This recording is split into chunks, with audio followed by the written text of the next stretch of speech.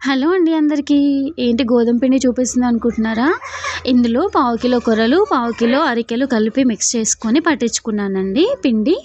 So, అరికెలు, కొర్రలు, సామలు, మొదలు ఇవన్నీ ఉంటాయి కదా! మిల్లెట్స్. సో, వాటిలో కొంచెం ఫైబర్ ఎక్కువగా ఉంటుంది. సో, బాడీకి ఫైబర్ అందుతుందని చెప్పేసి రోజు తినే చపాతీ పిండిలో కొంచెం పావు కిలో యాడ్ చేసుకొని పట్టించుకున్నాను. అదే మనం చపాతీలు చేసుకుంటున్నట్టే అందులో కొంచెం ఆయిల్, కొంచెం సాల్ట్ కలిపేసుకొని, తర్వాత వాటర్ కూడా వేసేసుకొని చపాతీ పిండిలో కలిపేసుకొని నార్మల్‌గా డైలీ చేసుకునే చపాతీల్లాగే చేసేసుకోవాలి. సో, వీటిలో ఫైబర్ ఉంటుంది కాబట్టి మన బాడీకి కావాల్సిన ఫైబర్ అందుతుందని చెప్పేసి నేను ఇలా యాడ్ చేసుకున్నాను. మిల్లెట్స్ డైలీ తిన్నా కూడా హెల్త్‌కి చాలా మంచిదండి. సో, అందుకే నేను ఇలా యూజ్ చేశాను. నార్మల్‌గా చపాతీలు చేసుకుంటాం కదా! డైలీ చపాతీలు తింటున్నారు కదా ఈ మధ్య.